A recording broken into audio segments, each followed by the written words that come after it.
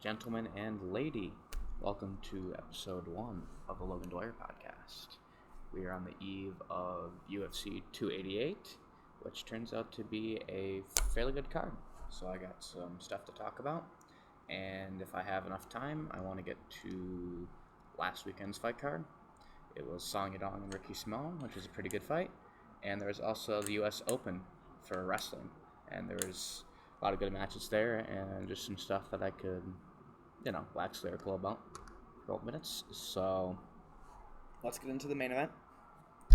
It is Aljamain Sterling versus Henry Cejudo, the returning Henry Cejudo, who has not fought for the better part of 3 years at this point. So I got to go back and review some Cejudo fights before this, and I honestly forgot how much fun Cejudo's fighting is. He is absolutely a finisher, and it was honestly one of the best win streaks I think I could ever seen before he kind of just up and retired very randomly.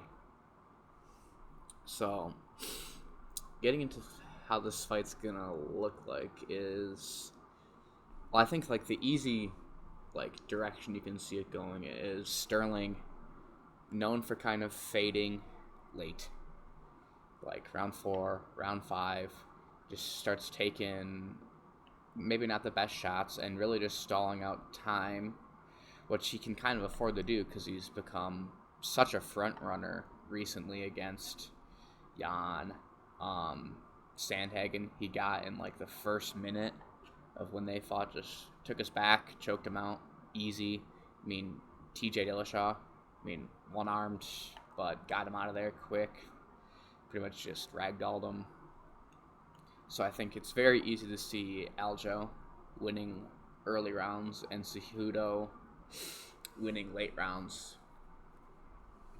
So, the question is, can Aljo finish Cejudo? But as of right now, I just don't really see that happening, because the only finish against someone who's not disabled Aljo has recently is against Sandhagen, and I just don't see that same path to victory being there for Aljo against Cejudo, again, who is one of the best defensive wrestlers, at least, I've seen in the octagon in a very long time. Just going back and watching his fights with Dominic Cruz, especially, it was very evident, because Dominic would show a level change or actually try to take him down, and Henry's instantly reacting, defending. He's a fast guy normally, but once he gets in a wrestling exchange, it's it's that high level wrestler, right? They just see the future of the next 3 positions, and he's already there. And I think Aljo is really going to struggle with that, because he's obviously very big, very strong, but he's struggled to get takedowns against even honestly less physically imposing wrestlers than Cejudo, like Petr Yan, good wrestler, but I wouldn't say he's the same amount of athlete as Cejudo is. And similar thing with Sandhagen, who has a propensity to give his back, and Cejudo, it's just absolutely not. He is on top of every single wrestling exchange. What I think Aljo has to do to take advantage of that is he's got to fake level changes and throws knee up the middle and kicks and stuff like that, which could be very successful for him, but it's hard to see him really hurting Cejudo, because the dude is just a durability monster. He's a tank, and he is, or at least was in the past, very willing to just tank damage to get to you and then just hit you back harder. And I think another thing that Aljo might struggle with against Cejudo is much more of a finisher than the guys that he's fought recently. Not that Jan isn't a finisher, but he's happy to kind of let you punch yourself out, and he knows his finish will come. Whereas Cejudo if he smells blood in the water, man, he just pounces on people. And it's, it wasn't something Cejudo had early in his career, because didn't really get many finishes until he beat DJ, he won the title, and then all of a sudden, he's just finishing everybody, Head kicks Dillashaw, crippled in a different way, to be fair, like from the Great Lake Cup, but it hurts Dillashaw, finishes him instantly. Goes up a weight class, fights Marlon Moraes, has a very tough round, struggles with the distance, the range, the kicks. And I mean, I think people overwork how bad that round is. Like, it was obviously very bad. But I think a lot of the kicks, once he switched to southpaw, where they were like right on the shin, which can be damaging, but it's not like he's eating calf kicks. And, he was finding his way into the fight. And it didn't really win him the fight, but I saw he had the idea going into that fight he's going to kick. He tried to kick with Moraes a little bit, and he'd use his kicks to enter in to the boxing. But basically, he kind of just let Moraes just punch himself out on Cejudo's, basically with the leg kicks, and just punch himself up, beating on Cejudo, who's decent, like, defensively. He wasn't getting just hammered, but he was, like, obviously losing the exchanges and taking damage. But Moraes just couldn't keep doing that at that pace, and then Cejudo just, like, decided, okay, I'm going to come forward, and he just found the clinch, and he found the boxing, and then he just annihilated him. And there's very little Moraes could do at that point because he was so done, which I think is an interesting dynamic looking for in the Sterling fight, because I don't think Sterling is going to go out there and punch himself out like Moraes did, but he's also prone to fading, so we could see a similar thing here. But I also think Sterling might look to Moraes for some success with, like, the rangy kickboxing that we've been seeing from Sterling in his recent fights. And then the other finish from Cejudo was against Dominic Cruz. Pretty much, like, crushing him early with leg kicks, and then it started getting a little chaotic. Dom was landing, Cejudo was landing. But I think that's ultimately, though, what Cejudo, he wants a little bit of the chaos, right? Some strikes landing, like loose clinches, like brief wrestling exchanges, because then that's just where he finds, these big power shots that really hurt people. And I think, and then just landed a big knee on Dom, which I think might be an issue for Sterling, because Cejudo has, like, he hurt Moraes very badly with knees, finished Dom off of a knee. Very big weapon for him, and I think that could prove an issue for Sterling, who is kind of known to lean forward and take sloppy takedown attempts early.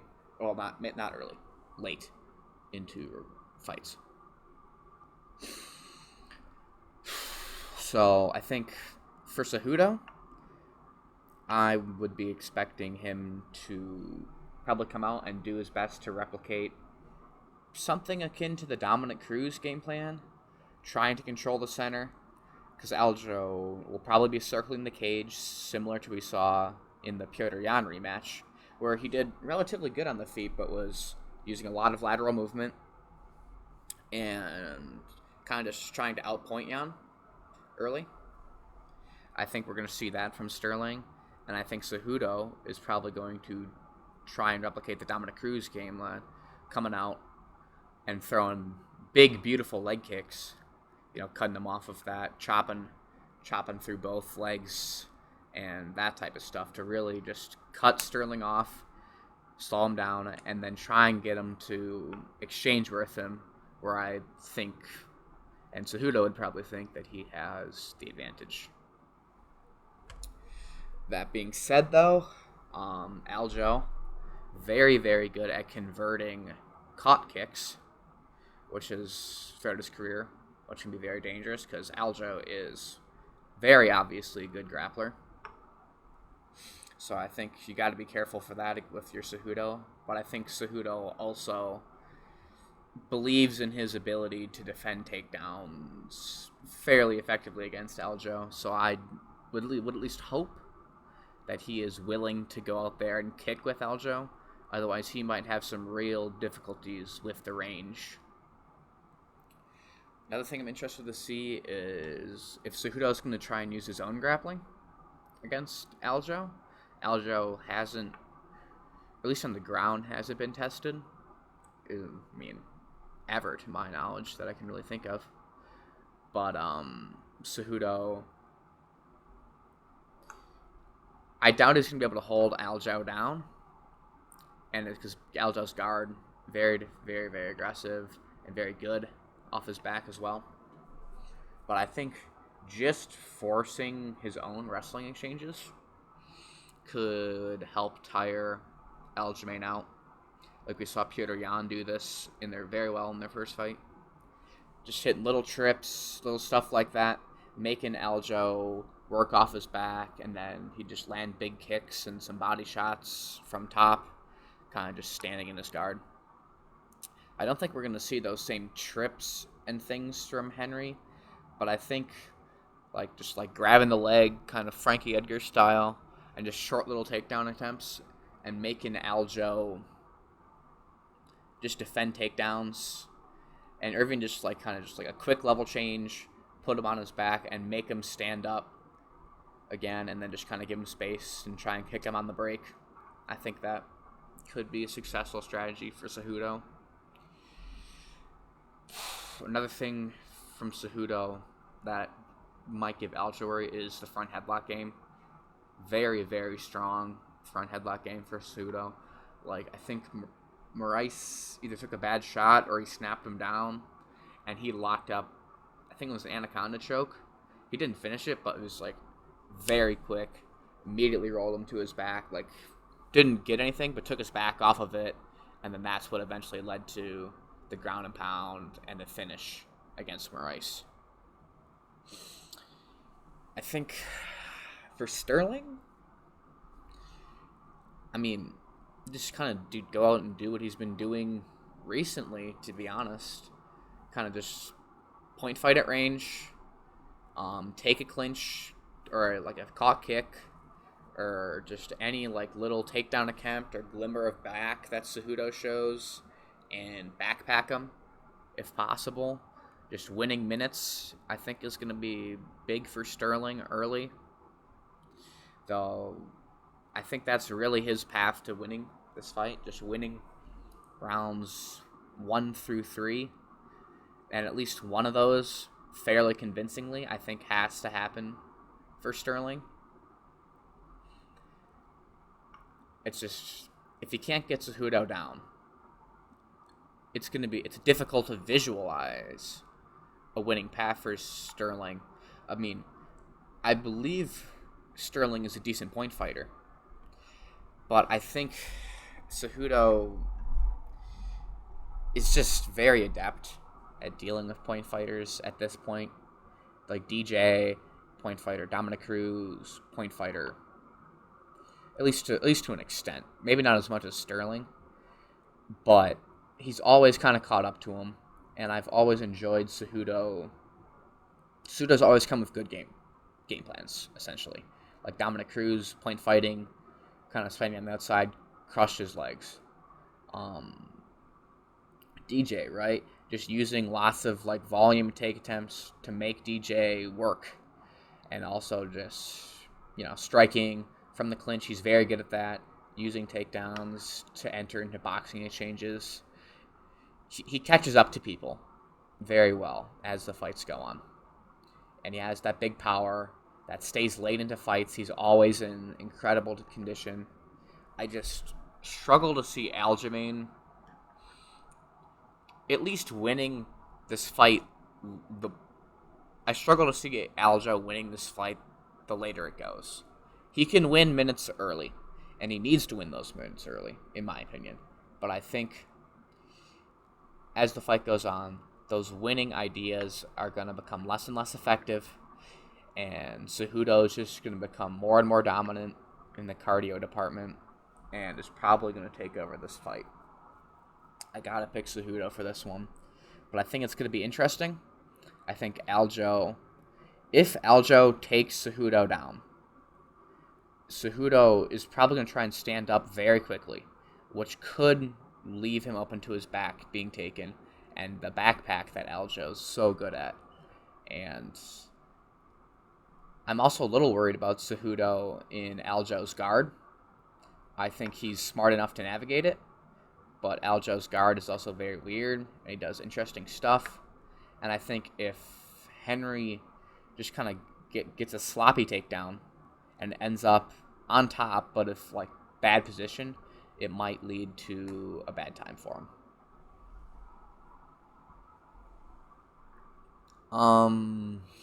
Trying to think if there's anything else I need to touch for this fight.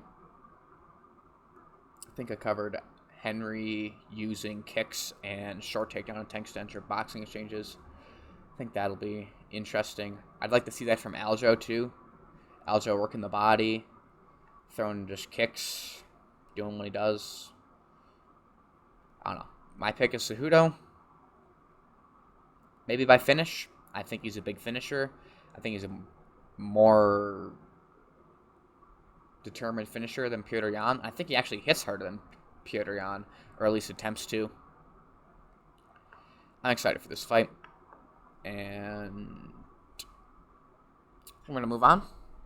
I'm going to take a quick break, and when we come back, we're going to talk Belal Muhammad versus Gilbert Burns, the rest of the card. So there's some interesting stuff on here. Drew Dober, Mavsar Evloev, Jessica Andrade. And then maybe we'll get to the U.S. Open after this. Thank you. Quick break.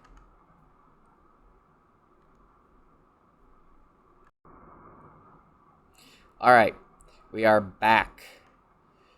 We're going to be talking Gilbert Durinho Burns versus Belal, remember the name, Muhammad. This fight is on 2 weeks' notice, and thank God for the Brazilians who keep UFC divisions rolling, especially the welterweight division, because nobody wants to fight each other in this damn division, and it's really irritating. But Gilbert Burns and Belal Muhammad. This is a fairly interesting fight. It almost feels like these two have fought before. It seems like their come up is similar, but I think Gilbert was obviously in lightweight. They just feel like very similar fighters that have fought before. I mean, Belal has fought Luque, Gilbert Burns' best friend and teammate, so I think Burns is probably going to be wanting their revenge for that one, and from a fairly bad performance from Luque, which is quite sad. But I think the dynamics of this fight are interesting. So I think Gilbert poses the problems to the matchup, and Belal is generally a very good game planner and strategist, and has been very adaptable throughout his fights. Because, I mean, in his past... Let me pull up his record here. So I know he is on a very good win streak. I think it's 8 fights.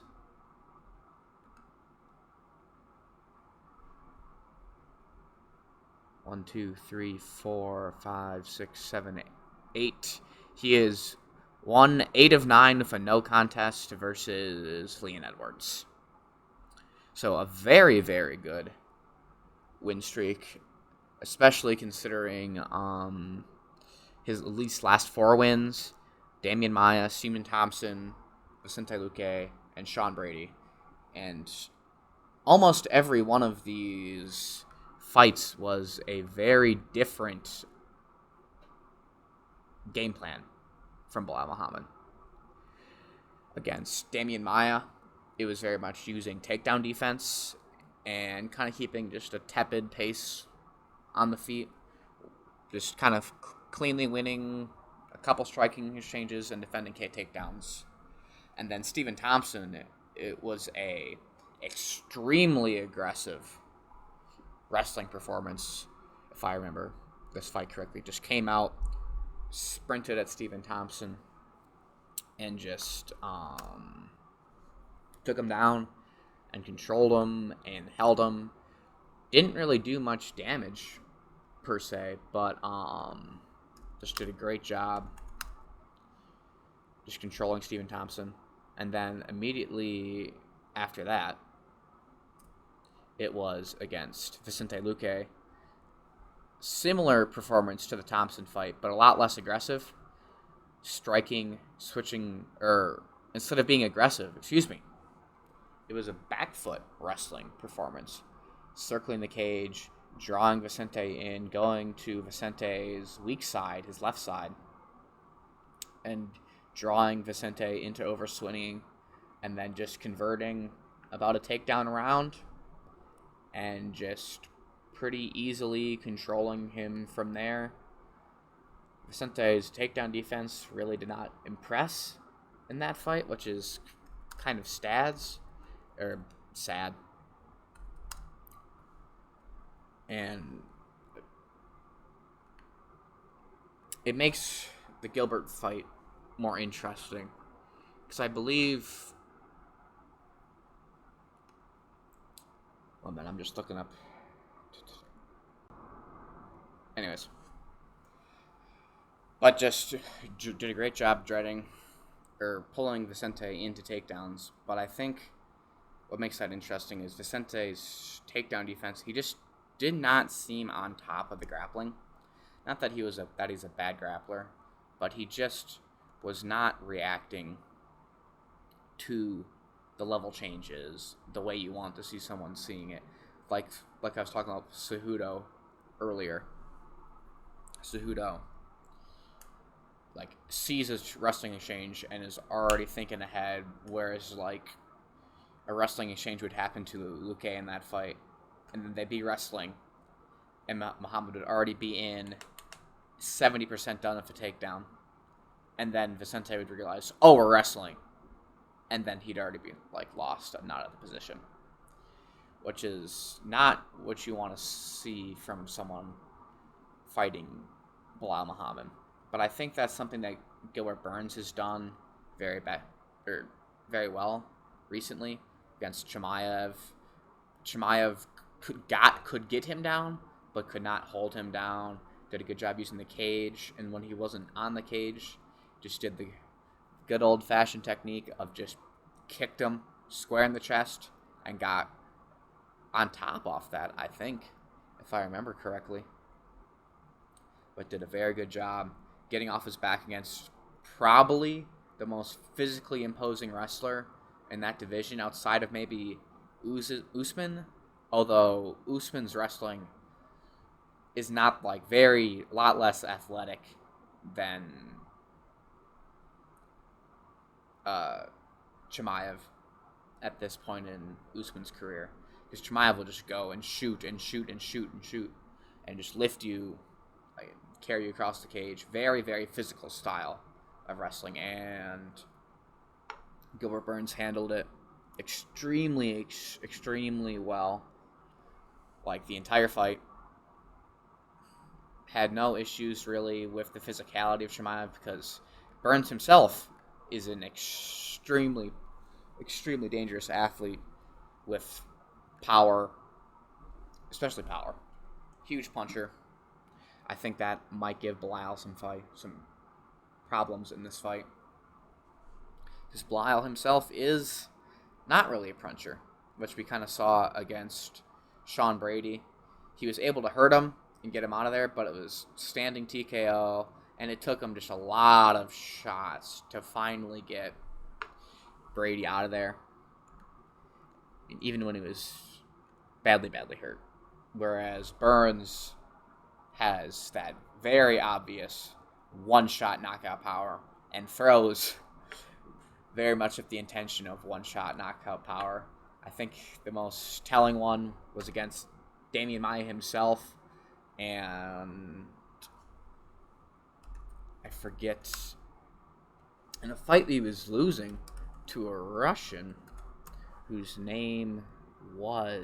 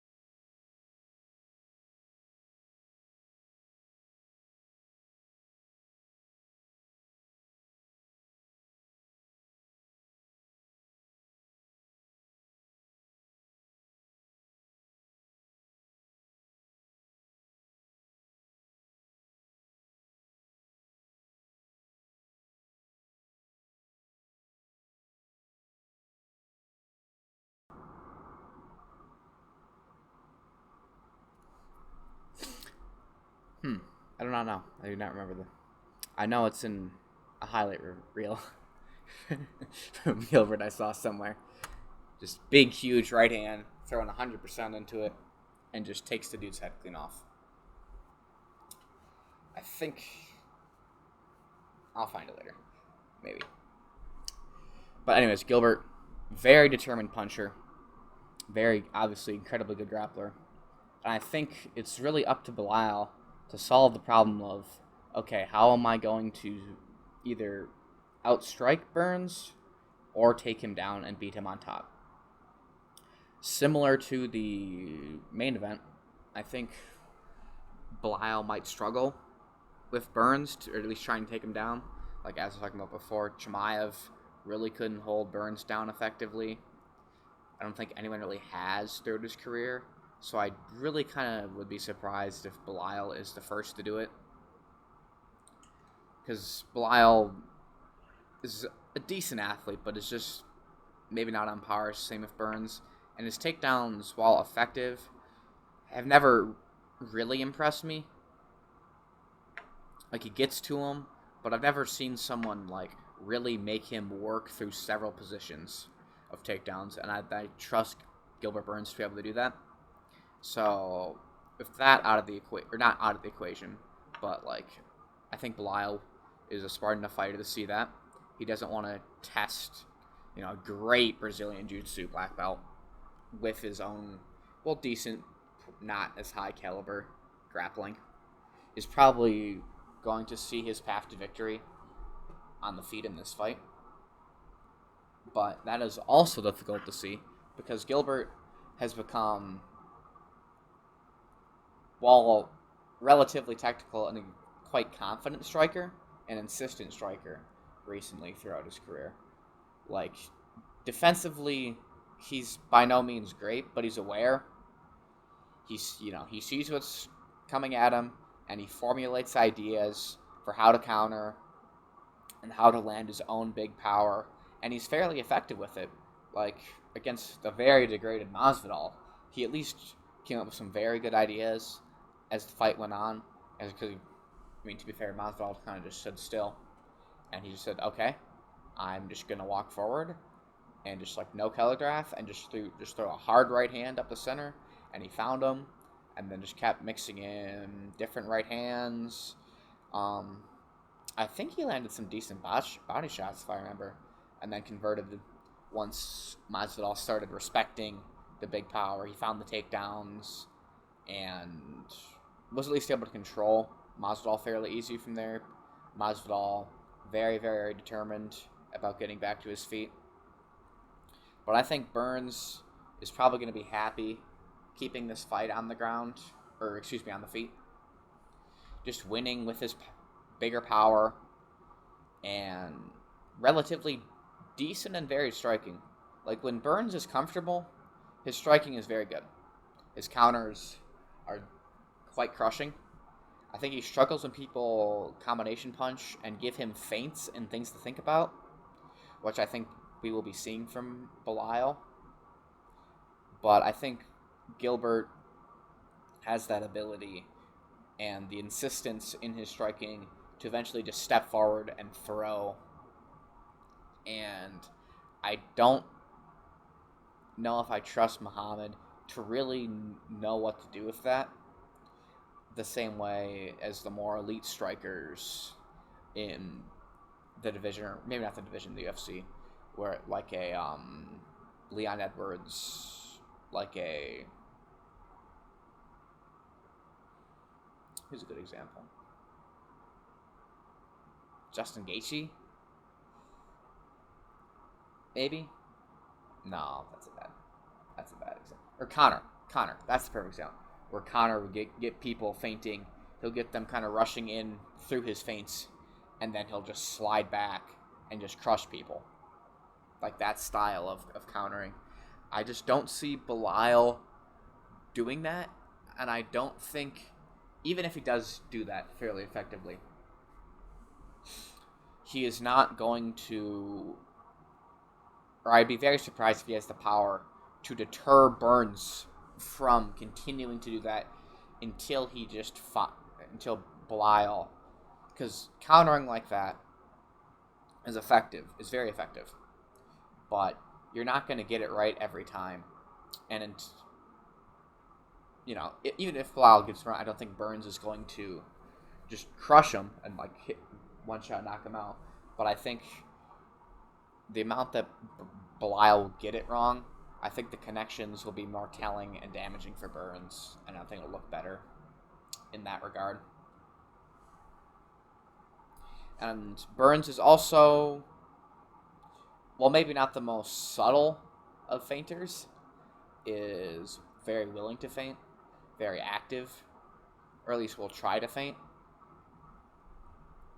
And it'll make that strategy, if that is what Belial goes for, more difficult. Burns is also at least a slightly more willing kicker than Muhammad, if I remember correctly.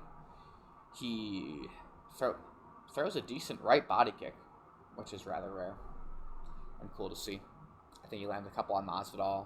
I know he threw one against Magny before he took him down and just crushed him.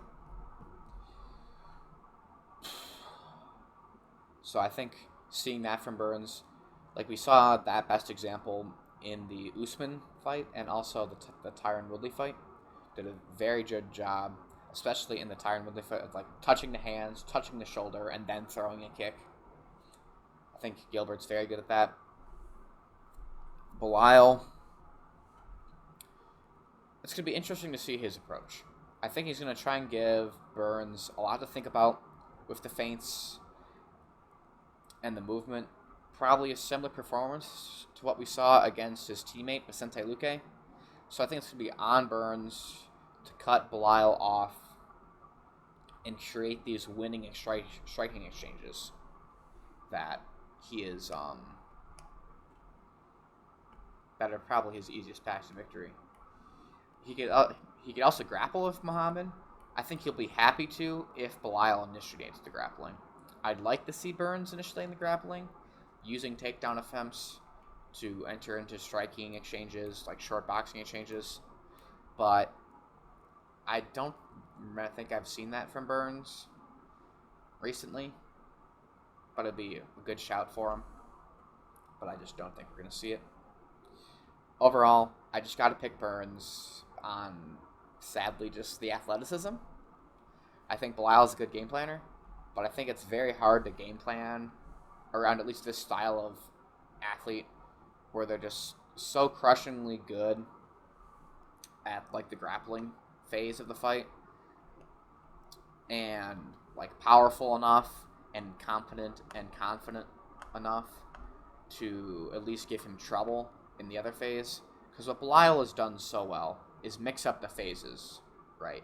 Striking into grappling, grappling into striking. He's done that very well against or recently, and throughout his UFC career.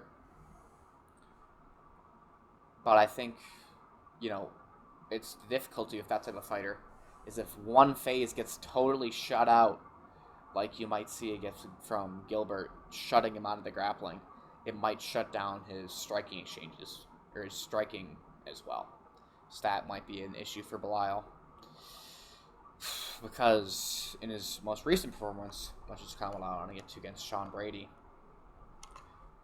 just kind of threw the grappling out and came forward and pressured Brady, which was it was the winning game plan, but he took a lot of shots from it from not the most decorated striker in Brady, and kind of just made a brawl of it, and it was ugly, and he eventually beat Brady for it, but there was no real grappling from Belial that I can remember at all, and there was no takedowns in the fight, but it just kind of came forward and made ugly striking exchanges, which was the right decision against Sean Brady. But against Gilbert Burns, I think that's really where he thrives.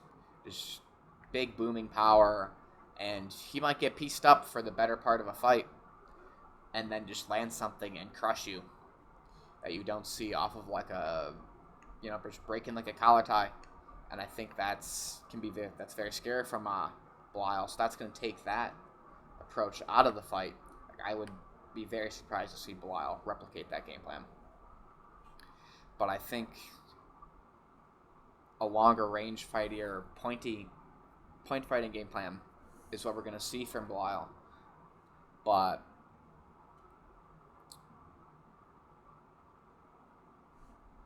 it's tough to see that working against Burns, especially if Burns is able to find him with his strikes. But if he can't, I think Belial actually might have a very good chance of getting ahead of Burns in this fight and eking out a win. That's the general dynamic. Oh, I kind of just swayed myself thinking about that. Like, do I trust Gilbert Burns to cut the cage effectively against Belal Muhammad?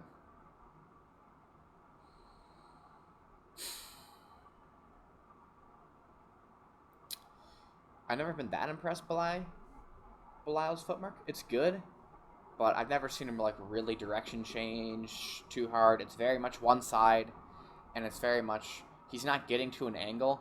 He's just circling past like your lead leg. And I think if Burns brings the kicking and the aggressiveness that we've seen, I think that could give Belal a problem with that style of fight. Because, I mean, if push comes to shove, we might just see Burns revert to the Stephen Thompson game plan, where he just sprints at him and shoots a takedown and out physically or just bullies him with his athleticism in the grappling against the cage. And I think that is an effective answer to Belal's footwork if he's really having trouble with the striking. I gotta pick Burns. I think he's, at the very least, intelligent enough to come in with a solid game plan that takes advantage of his physical gifts and puts Belal on the back foot. Also considering this is 2 weeks' notice for Belal, who's a game planner. That's a short time to formulate a game plan, and I think Burns is best when he's active. He's always taking fights. He's willing to fight anyone, and he's the person bringing questions. He doesn't have to think very hard about how he's going to win this fight, I think. I think that's very good for Burns. He's also very much a front runner, big power puncher, big athletic grappler, takes early rounds dominantly most of the time, and I think that's important for a 3-round fight when Belal is much more suited to a 5-round fight where he can maybe not make his reads, but settle into the game plan, let the game plan work its course, get the other person tired, get their power out of their system, have the athleticism kind of toned down, and then just let the game plan go and work its way course as he takes rounds slowly. But I think Burns ultimately is just going to win this fight off of just landing the more telling shots. And I think Blyle's just going to struggle to really land anything of meaning, or at least of the same caliber that Burns can land. Let me check how long this segment is here. I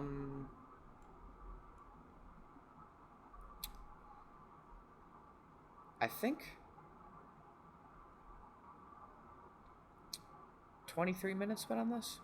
I think I'm going to take a quick break, and then I'll come back. I'm going to talk the rest of the card, and then maybe get to the US Open. Be back after this. Alright, and we're back with the rest of UFC 288, and maybe some of the US Open. This time I was smart and pulled up all my stats before I got to the segment. So let's get into it. Reverse chronological order. We have Jessica Andrade versus Yan Xiaonan. I'm not going to really say much about this fight. I enjoy Andrade. She's very fun. Big power, obviously. Decent grappler. Or at least was much more known for that in his career. Big takedowns. That won her fight versus Rose Namajunas. And won the belt. Like one of the only girls with really dangerous fight-ending power in any division. And it's kind of a game breaker. Yan Xiaonan, I haven't seen her too much. She's coming off, if I remember, a pretty nice win against Mackenzie Dern. Stopped her takedowns very effectively. But before that was this wrong side of two not too great losses to Marina Rodriguez and Carla Esparza. So, think of that what you will.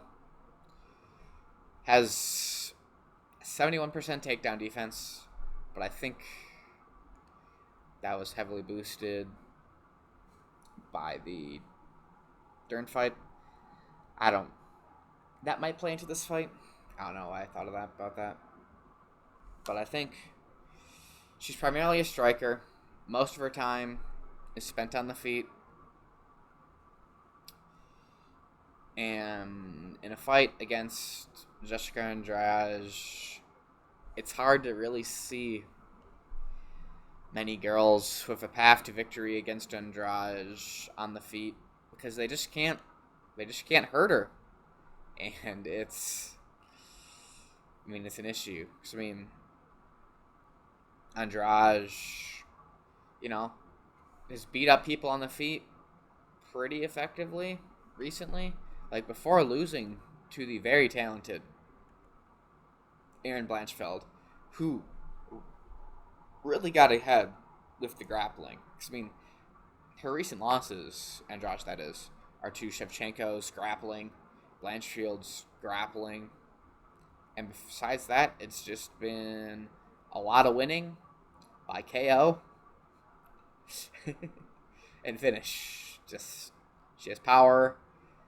She's decent in the clinch. She got a standing arm triangle from the clinch. I imagine Andrade, she's been using the low kicks and her head movement just kind of progressively slightly better every fight. Getting into range, throws power, hits the body. I think that's just gonna be hard for Yan Xiaonan to really deal with. She just doesn't really. It's not very high output, and I just don't think she has the physicality to match Andrade.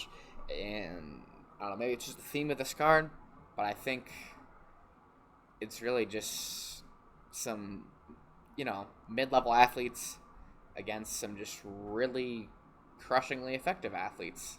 And when all else is equal, or at least within reasonable amounts of levels, I just gotta pick the better athlete, a person who's pretty much just been. I think she's top 3 pound for pound women's fighter, top 4, maybe. But, like, basically the best women's fighter on the planet without a belt strapped around her. That's not Rose Namajunas. Like, she's just been... She's the best gatekeeper in women's MMA history. Like, she is always on the verge of title contention. And if you want to contend for the title, you probably got to beat Andrade. And several people have been turned back by Andrade. I just don't see it happening for Yan Xiaonan. So I'm going to pick Andrade. Call me basic. Whatever. That's what I'm doing. After that, we have Movsar Evloev versus Diego Lopez. This was going to be Movsar Evloev versus Bryce Mitchell, which I would have taken a lot of time to talk about in research. But this is short notice replacement for Diego Lopez, who is apparently a decent prospect. Primarily a grappler, apparently, or at least has a lot of submission finishes.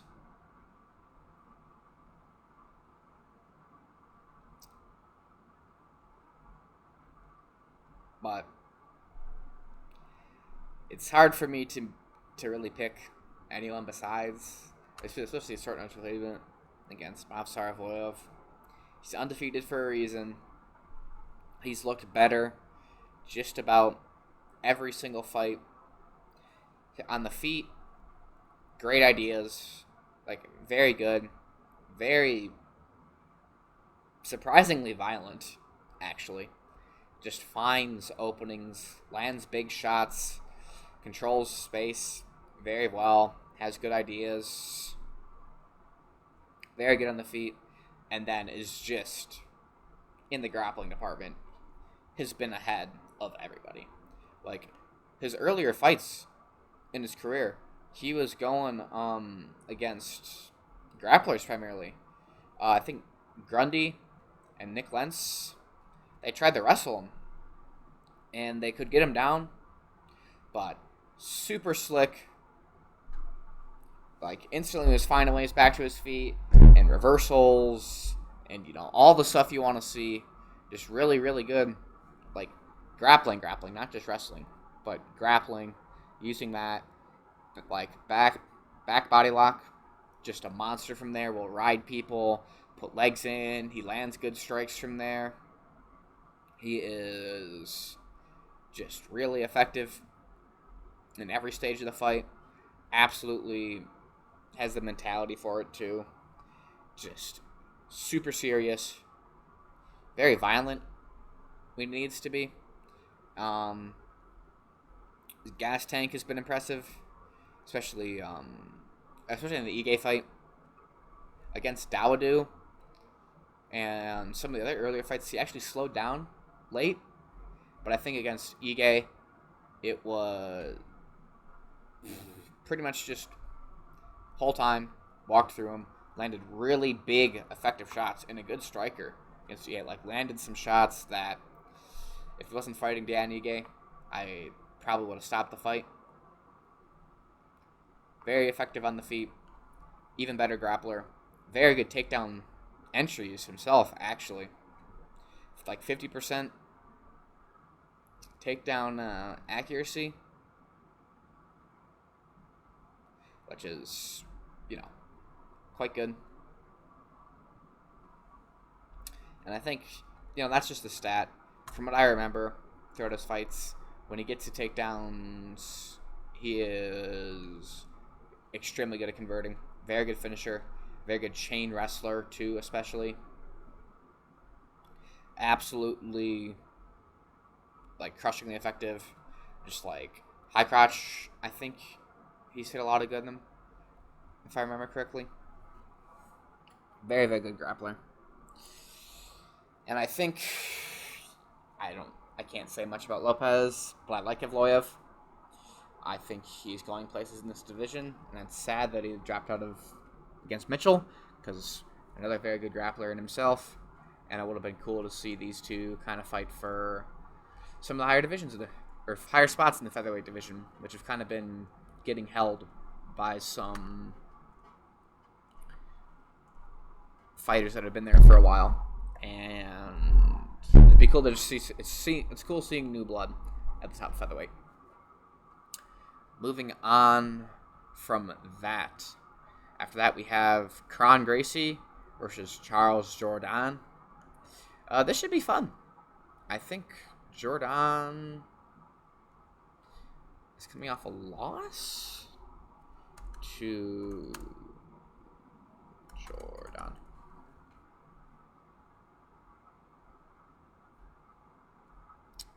It is not spelled that way. Excuse me.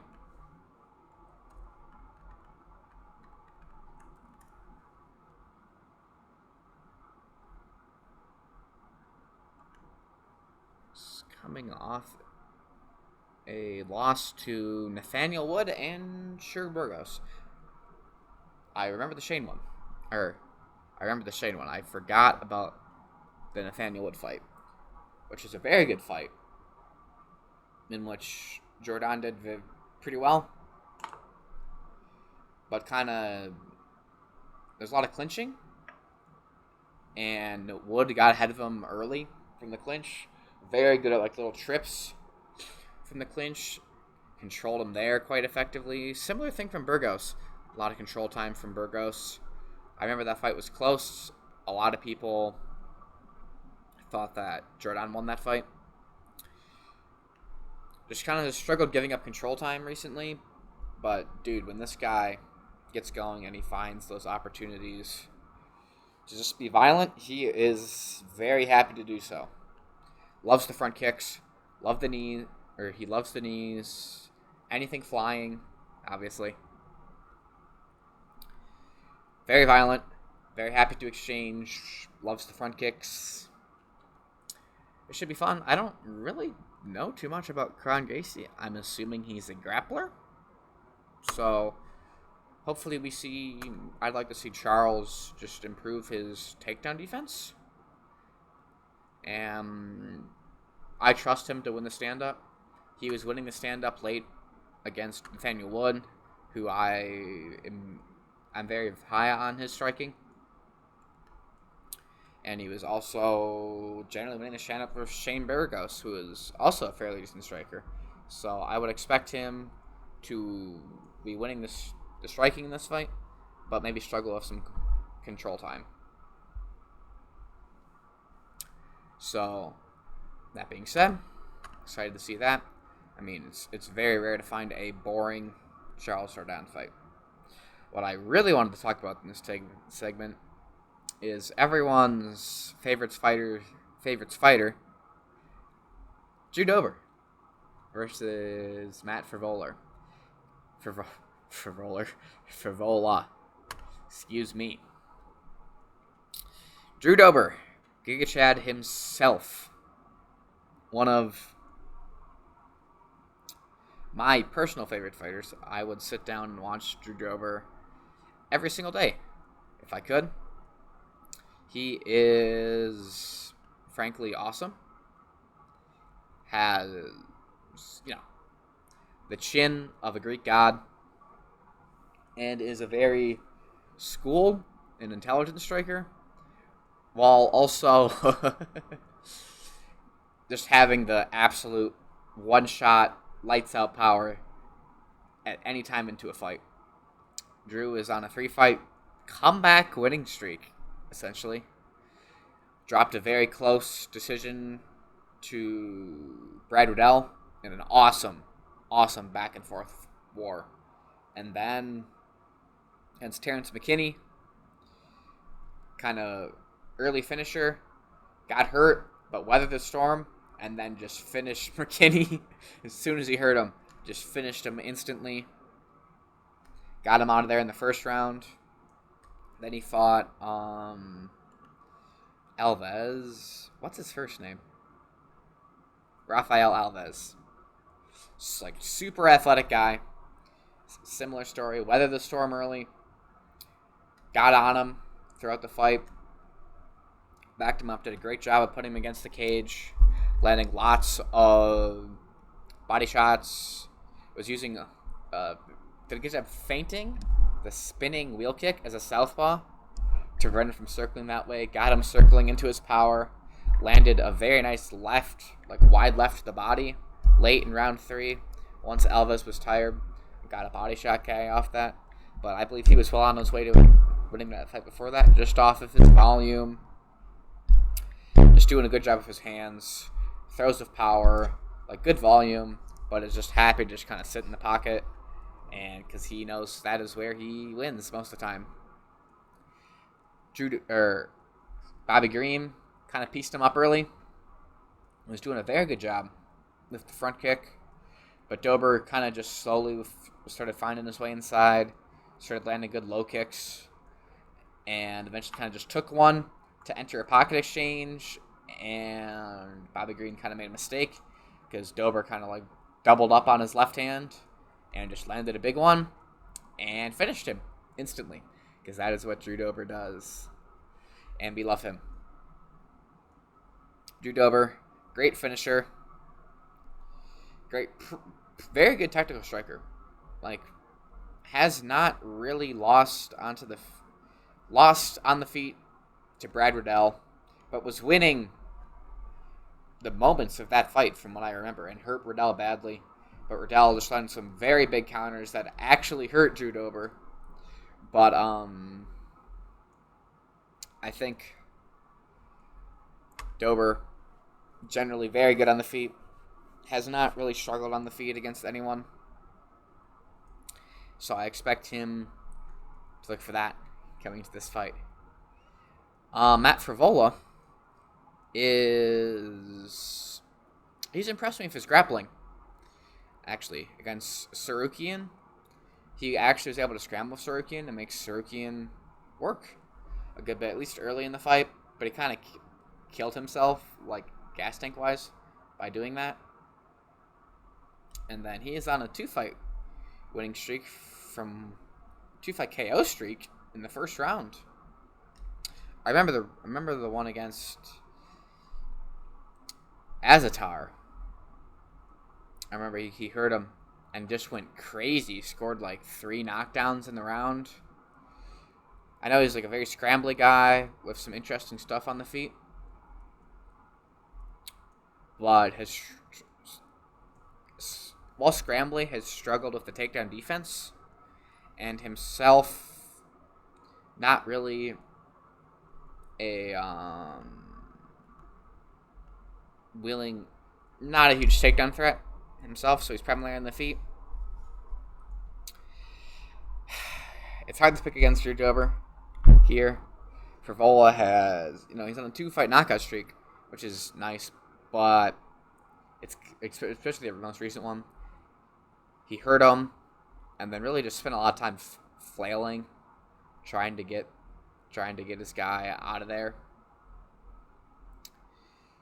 So Dober, very, very consistent with forward pressure, insistent on pressure, jabs as a southpaw, which is, obviously what you want to see. And that gives a lot of people trouble. I'm trying to remember, is Frivola a southpaw?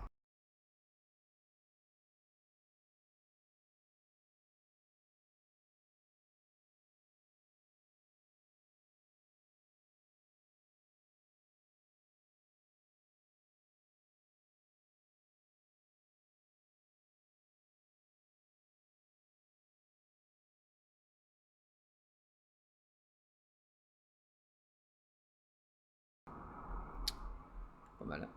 Just pulling up a video here.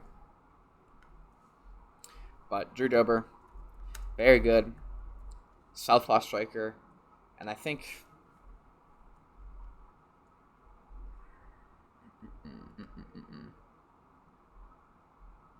that gives a lot of problems to orthodox strikers sometimes, especially just the southpaw that jabs. Like it's just not common enough. And Drew is very happy to jab. He's happy to build exchanges off his jab and his low kicks. And if I remember, Matt Favola struggled even with the striking of Arman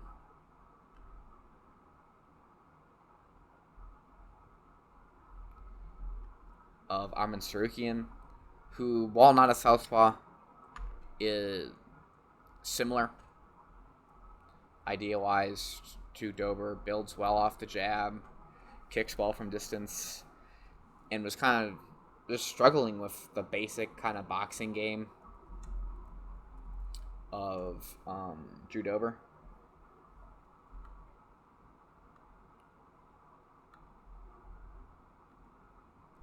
Or, Arman Sarukian. And I imagine that Drew Dober is going to do the same thing, except I think he possesses a lot more power than Arman and is a lot more dangerous and willing to fight him in the pocket. I'm just checking here. What did Favola hurt his last two opponents with?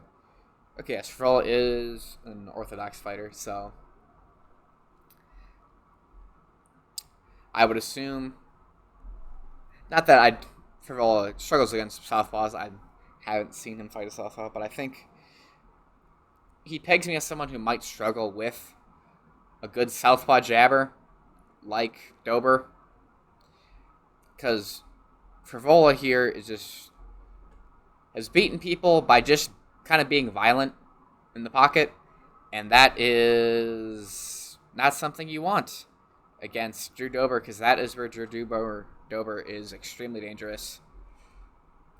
Like, great hooks, great straight punches from Dober most of the time, actually, but it's also finished McKinney with a big knee off the clinch, and has got a good left power kick. And I think those are things that you just kind of see shut down orthodox strikers who want to close the distance on southpaws. What did you hurt him with? Yeah, just like he hurt Ataman Azar with kind of just like a right hook with his back to the fence in a weird exchange. And I just can't see those weird exchanges playing to his benefit against Drew Dober. This is where Drew Dober, like, he can hit Drew Dober until I see Drew Dober get hurt in a exchange. I trust Drew Dober to enter the pocket and tank shots in an effort to find his bigger, much more damaging shots. And, I'm sorry I can't get more out of this fight. But that's just, really how I see this going. One more thing as I check Favola's other fight. How does he hurt him here?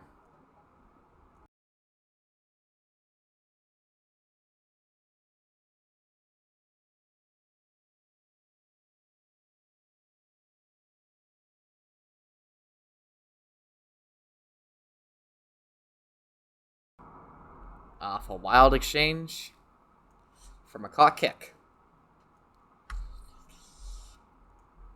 That is not a good sign for...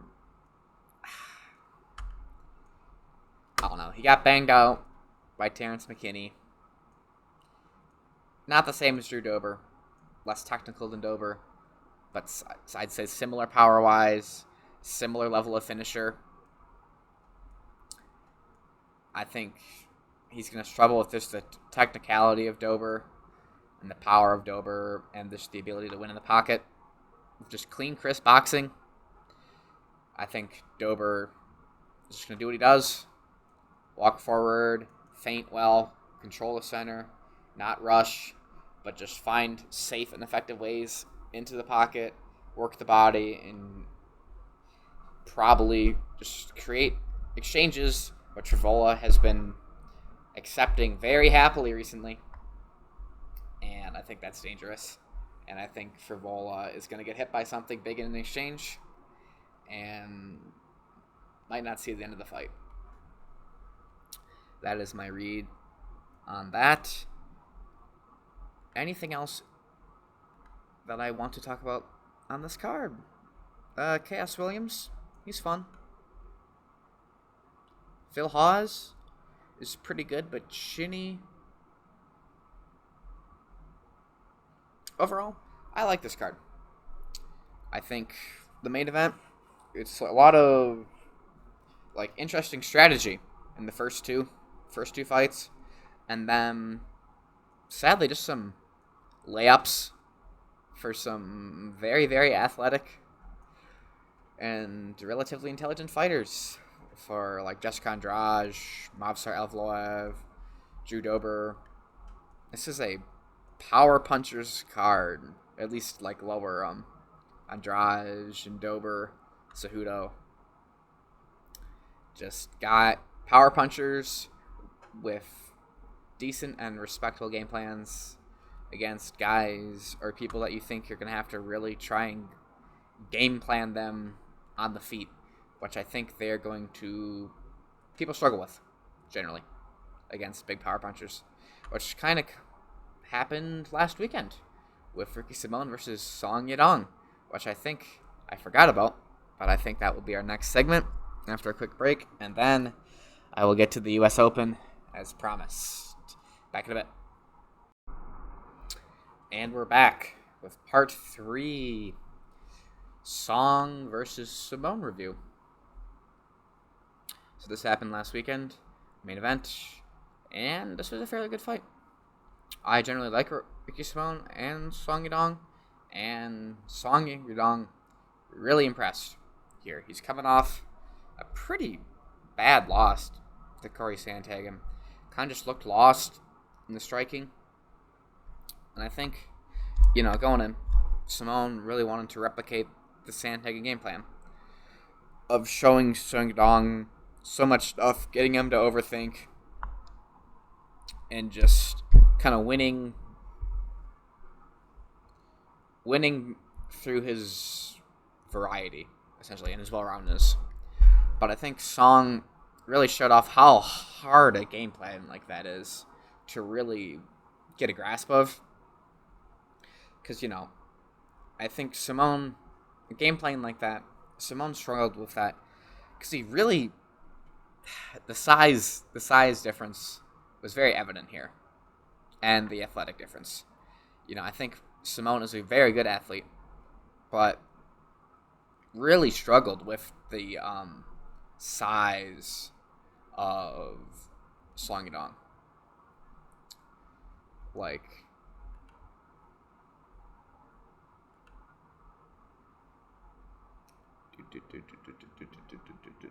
When was that knockdown? Was there a knockdown in round 1? I know Simón gets stunned by a left hook late in round 1. Or was it the headbutt?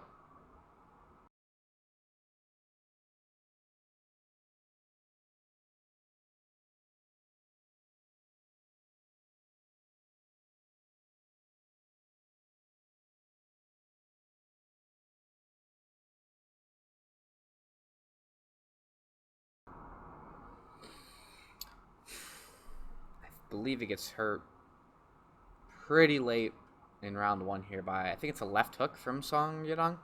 Maybe I'm wrong.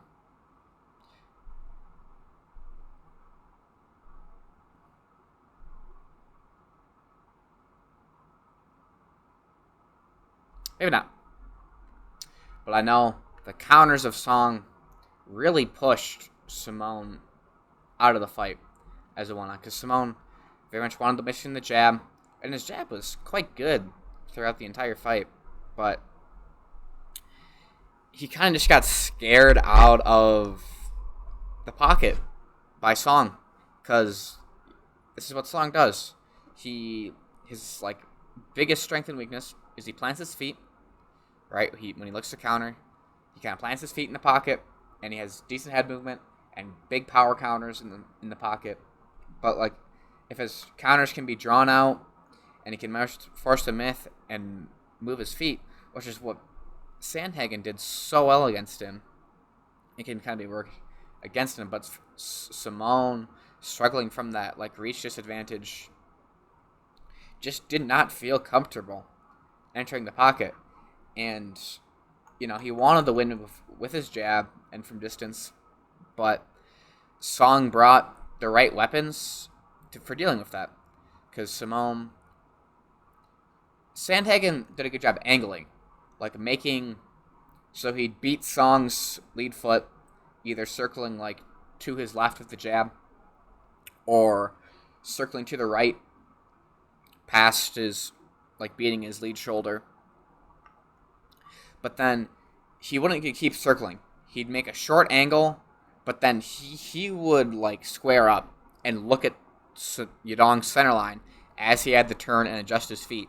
And that's what he'd get off his strikes, And then if Song had those moments where he wanted to like really chase Sandhagen, that's when Sandhagen would clash into those very nice counter elbows, almost like lead elbows, or into the short little takedown attempts, right? A lot of times just kind of faking jab and grabbing just a nice little head outside, high crotch. And he didn't even really finish a takedown until late in the fight. But it was not, they weren't even committed attempts. It was just, okay, I'm going to make Song wrestle and make him spend his energy and think about these level changes as he's trying to push forward. Or he would push Song into the fence and just win moments, which is what Sandhagen is already so good at, and it really showed up later in the fight. More. It was a very good performance from Sandhagen, but I think Simone struggled because the takedowns he were attempting, he was able to make Song wrestle, but the threat of them was never, for some, like, the better wrestler in Simone was just never able to make Song react the same way Sandhagen was with his level change feints. And I think that comes from Sandhagen. Simone would circle, and then he'd have to like set his feet, but then he wouldn't really be at an advantageous angle. And then when he was throwing, Simone was very much set, or like slightly coming forward. So yes, while the level change feints were there, it's not like Song is in a decent position to deal with them. Whereas Sandhagen was constantly like angling, and like when he was moving backwards, he was drawing Song into these short elbows and level changes, and it made him a lot harder because he was, the movement wasn't as big. It was very small movements, and he could just threaten Song the whole time with his big jab, or not big jab, but long jab, and just good footwork and his angles and the level changes and the elbows, and all these like distance like striking weapons that Sandhagen has. Whereas Simone really just his movement was big, so he struggled to make Song really react. So that really pushed him out of that dimension of the fight. So, and then where else would you think that you want to land? The other strategy for the takedowns, obviously, for Simone, is he wants to get Song throwing his hands and then like level change under him and with him. But I think the issue with that is pretty much as soon as Simone got hurt by Yadong, he was very unwilling. Very unwilling to enter the pocket with Yadong, which really just left him jabbing. Like, and his jab was good. It was landing. But the issue is, if you're not really building anything off your jab, it's just a jab. And while just a jab is still a great punch, and you can win fights with just a jab, it just let Song Yadong get ahead with, his other weapons, right? Because he's throwing his own jab relatively often, but also landing, all the big telling power shots, doing a fairly good job with the leg kicks. He threw a lot of leg kicks in this fight, a lot of body kicks. Simone was seeing the head kicks well, but Song was throwing them up. He was going to the body, threw several nice left hooks to the body, including one that hit Simone in the junk. But when you're just jabbing and Song is still landing his power shots, you're just behind. And it was very telling, because then, like, into round 4 late and round 5, Simone's like, I need to build off this jab. I need to start doing more. But the issue is, like, he hadn't really set the table for what he's throwing, because it was kind of like just jab, just jab, just jab, just jab, just jab, the whole fight before that. And then Song's getting super cued in to countering this jab. And then so now Simone is committing harder to his jab and trying to combination punch off of it. Whereas, so now he's committing more to his jab. And then I think it was round 4. I think it was just like a couple left hook counters.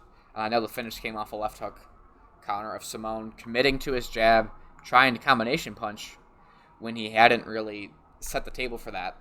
And then Song is very cued into his jab at this point, and he overcommits, and then he just gets hammered on the counter and finished. So, because, like, Simone, I think what he had to do, really, is he had the jab or feint the jab and pull these counter-punching combinations out of Yadong, and then either go with him or, like, make him fall short and then come back. But he hadn't really been doing that. It was really just the jab. Like, I feel like there was something Simone was trying, but, like, he just wasn't pulling big misses out of Yadong, which I think was an improvement from Yadong. I think Yadong's footwork, at least cage-cutting footwork, also was at least more effective in this fight than the Sandhagen fight. It was fairly good. I didn't really see any big footwork mistakes from Song Yadong the whole fight. I think Sandhagen is obviously a very good, like, cage-craft oriented fighter, but I think Yadong at least made some slight improvements in that regard. Also, the variety from Yadong, more kicking. That's something I always like to see from Yadong. Super incredibly fast kicker. Like, I think knocked out Hule Arce with a head kick into a right hand off the same side. Just incredibly fast kicker, very damaging kicker. And he went to it more, and he set it up more, and he was doing a good job setting up his stuff with his jab. He did a lot of right hand feinting into the left hook to the body several times, which led to a couple headbutts as well, sadly. But I think he didn't overswing as much. He brought his feet with him better, more variety. The leg kicks were there, which were a good shout against a guy fighting like Simone, trying to emulate that Sandhagen game plan. Because I don't remember Song really throwing many leg kicks versus Sandhagen. I'm gonna look up the stats. Hagen for that.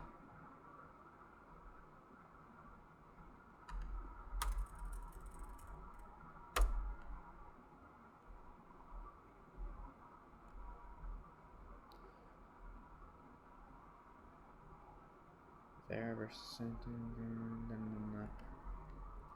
Sandhagen versus Song.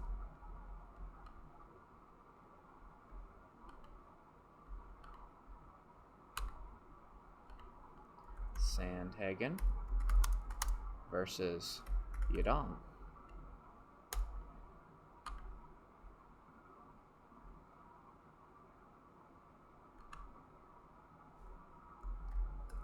Sandhagen. There we go. I don't know why that was so difficult. Versus Corey Sandhagen versus Yadong. Leg kicks. And by target.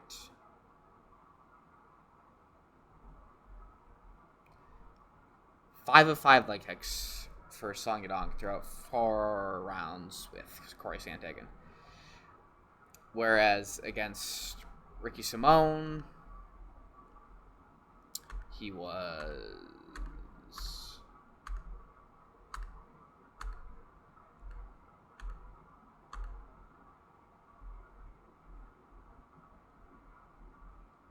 23 of 26 for leg kicks. So big change there, and a very smart change for people trying to emulate that Sandhagen win against Song. I like Song. I think a lot of fights make sense for him. And I don't know, it's bantamweight. It's always fun. And I enjoyed this fight. And I hope Ricky Simone can come back. Because I think Song might just be a bad style matchup for Simone. I mean, if Simone gets someone who is not just the athletic caliber of Song, who he can't scare him out of the pocket with power and defend his takedowns effectively, I think he will go far in this division. Yeah, that's good. Take a break, and when we come back, I'm going to talk somewhat briefly about the US Open. Hopefully, back in a bit. And I'm back. We're talking US Open for wrestling. So for those of you who don't know, this is determining the competitors for Final X, which determines the people we send to the World Championships. So a lot of guys here are either qualifying, or either finished qualifying and are going to wrestle the previous medalist, I believe. Previous medalist in the weight class, if someone medaled in the weight class last year, or if we didn't have a previous medalist, the person that won this qualified, and then someone else will qualify later, I think, through like the last chance qualifier or something like that. It is complicated sometimes. Overall, it was pretty fun. A lot of good wrestling happened. Penn State continued to dominate, or Nittany Lion Wrestling Club did very well, to basically no one's surprise. I think the big upset we saw was Aaron Brooks beating favorite Zahid Valencia in a comeback victory, which there were a lot of. We saw Jason Nolf do it to his teammate and friend, Vincenzo Joseph. What was the other comeback victory? There was one more that I'm forgetting. Anyways, I don't know. We saw similar development to what I've been seeing the last years in U.S. wrestling. A lot of underhooks, especially from the Penn State guys. Brooks, very effective. His underhook was really just push the pace down Valencia with the underhooks, with the collar ties, made him really just start like going down, just wearing on him from like a 4-point stance on his knees, and was just wearing on him with the underhooks, making him grounded to avoid the push out, and then just wearing on him from there. It's always good to see. I love the underhook stuff. The Iranians have been doing very well with that in wrestling for years now. So it's good to see the U.S. guys and the Penn State guys picking up that. I think Starachi was doing a good job of underhooks as well. Who did Starachi beat? Carter Starachi. Who did you wrestle? I know you lost. Sadly, Starachi lost to Alex Derringer. I like Derringer, actually. So maybe not, sadly. Kartrashi, U.S. Open. U.S. Open. Videos.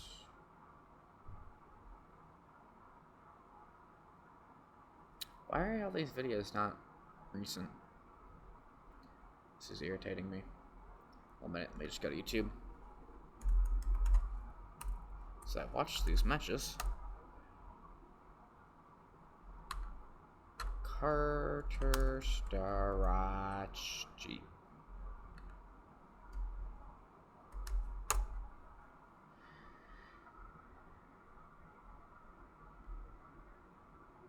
Ringer. Oh, it'd be Kemmer. Kemmer. From Iowa.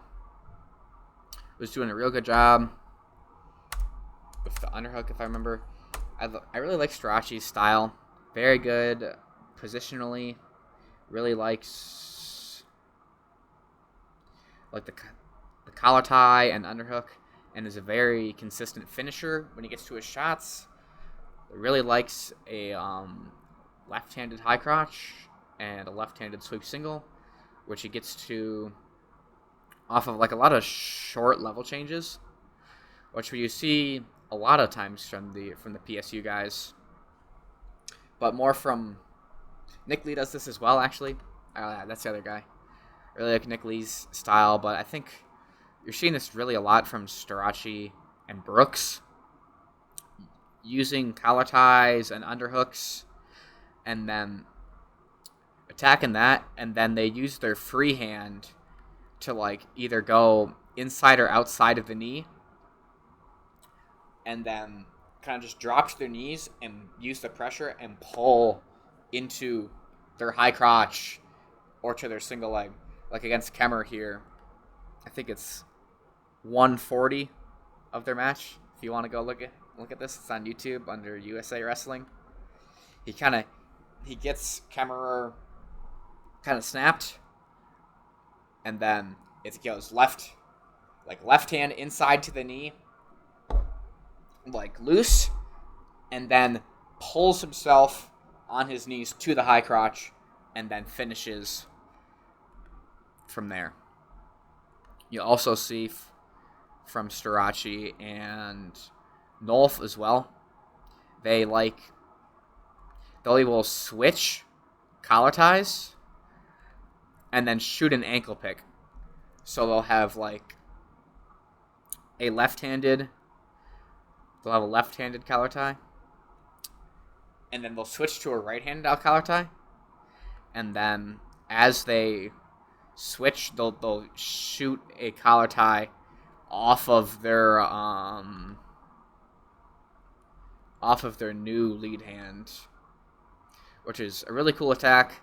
It's something that I've been wanting to try in the gym. It's very effective. Another thing from Starachi that you see is all the time is you see really, really effective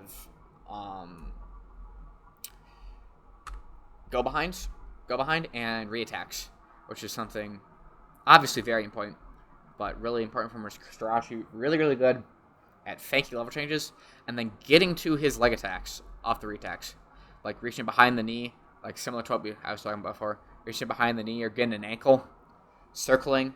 The guy is going to feel you letting pressure off of him as you circle, so he starts standing up, and then that's when you get to your high crotch, your single, or kind of just like keep the head and the chin and get the angle and just like run to the corner behind them, and gets a lot of takedowns that way.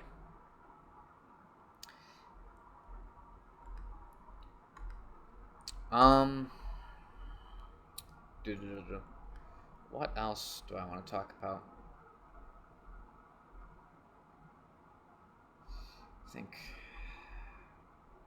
Do I want to talk Jason Nolf? Let's talk Jason Nolf very quickly. Pull up a match. So he looked very impressive against Vincenzo Joseph. Gives up 4 early, and then really starts making the comeback in the second period. And if there's a guy that you want to like look at for takedown entries I think Nolf is always, at least in his recent years, has been the guy to look for that. Very, very good at getting to his takedown safely. So against Chenzo, I think, let me pull up this sequence here when he gets forward. I think because Nolf beats him, he gets kind of this, like, from outside ties, like he kind of switches which hand is, he kind of goes from double outside ties, then kind of snaps and goes like cross ankle pick, which is kind of like that same collar tie switch, where he switches from going heavy left hand to heavy right hand, and then his left hand goes to the ankle, and he gets to this beautiful shot, gets in on it would be Chenzo's left leg, but then switches all the way across to like a head outside double leg, but Chenzo just chin whips him for it, so he's down.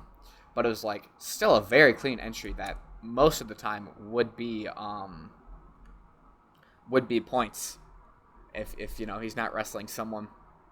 And Nolf continues to go to that attack. It's just a very effective attack for him.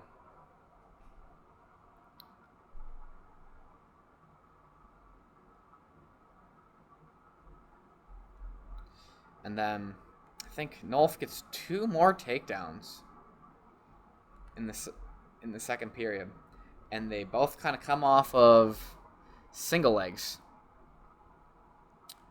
If I'm correct here, I'm watching this.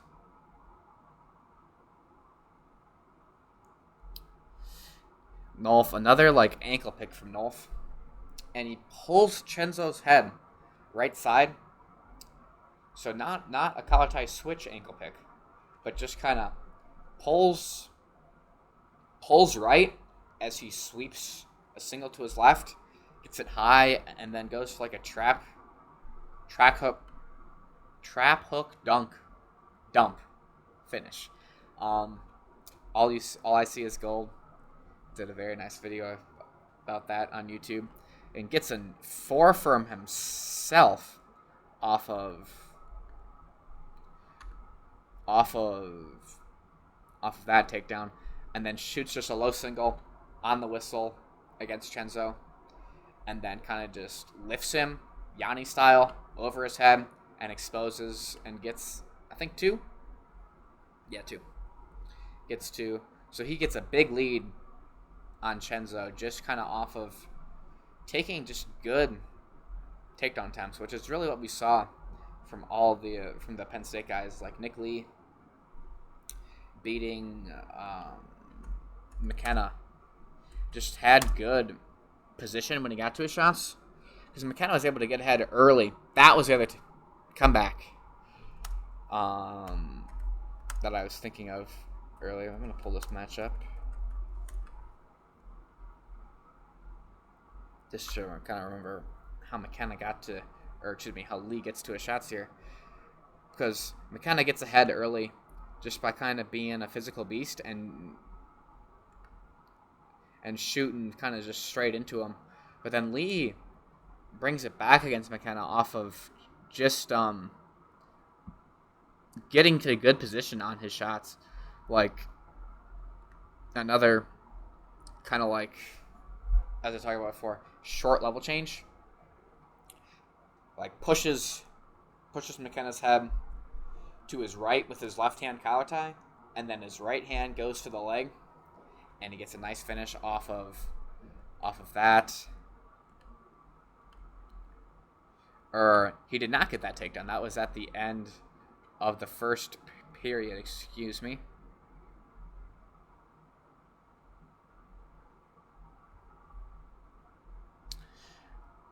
And now he gets some good counter offense later in the match. I think his own takedown that he scores, it's off of something that Nick Lee does very well. And I think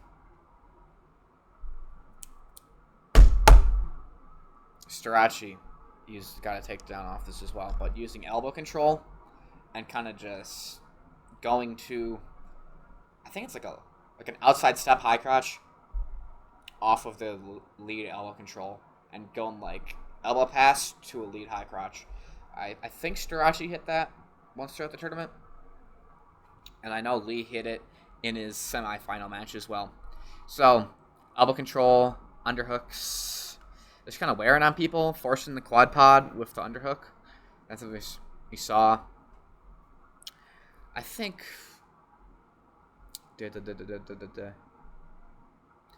just like a lot of the things I noticed and liked from the U.S. Open.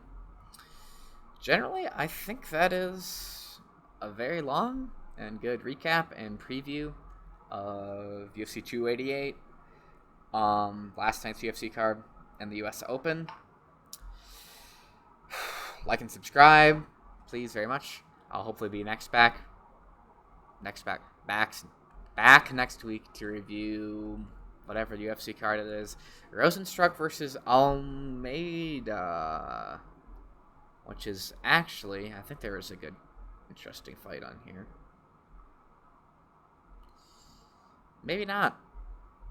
There's some decent, like, interesting fights, but nothing I'm too hyped for. After that, Anthony Hernandez is getting a main event. Fluffy Hernandez, I like him. That's something to look forward to in the coming weeks. That's all from me. Thanks a lot, guys. See you next time.